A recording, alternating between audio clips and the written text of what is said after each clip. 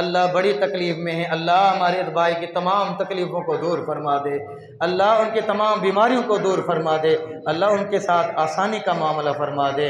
یا اللہ جتنے بھی بیمار مسلمان ہیں اللہ سب کو شفاء کاملہ عاجلہ نصیب فرما، اللہ جتنے بھی تنگ دست مسلمان ہیں ان کی تنگیاں دور فرما، اللہ وطن عزیز پاکستان کے اوپر رحم فرما، کرم فرما، اللہ وطن عزیز پاکستان کی تمام مشکلاتوں کو حل فرما، اے اللہ وطن عزیز پاکستان کے ایک ایک باشندے کو اللہ نیک اور نمازی بنا دے، یا اللہ ہمیں 5 وقت تیرے در پر حاضری دینے کی توفیق عطا فرما، اے اللہ وطن فلسطین کے اوپر اپنا رحم فرما، کرم فرما، یا اللہ وطن فلسطین کے اوپر جتنا ظلم ہو رہا ہے اے اللہ ان کی ایسے مدد فرما جس طرح اللہ محمد رسول اللہ صلی اللہ علیہ وسلم اور ان کے صحابہ کرام کی بدر میں تو نے مدد فرمائی تھی، اللہ ان کی غیبی مدد فرما، یا اللہ فلسطینیوں کے اوپر رحم فرما، کرم فرما، اللہ ظالموں کو برباد کر دے، تباہ کر دے، یا اللہ مسلمانوں کی ہر جگہ حفاظت فرما، اللہ مسلمانوں کی ہر جگہ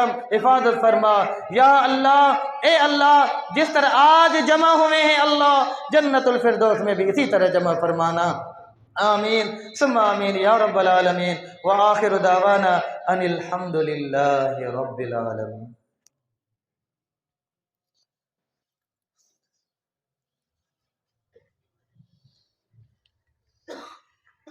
الحمد للہ الحمد للہ نحمدہ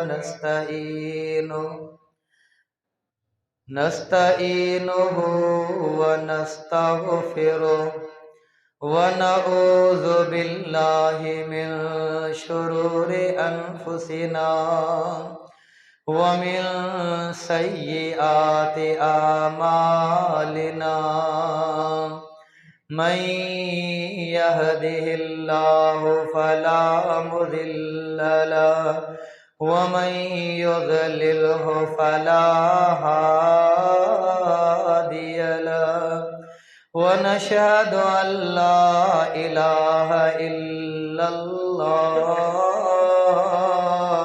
وحده لا شريك له، ونشهد أن محمدا عبده ورسوله، سبحان ربك رب العزة عما يصفون وسلام على المرسلين والحمد لله رب العالمين۔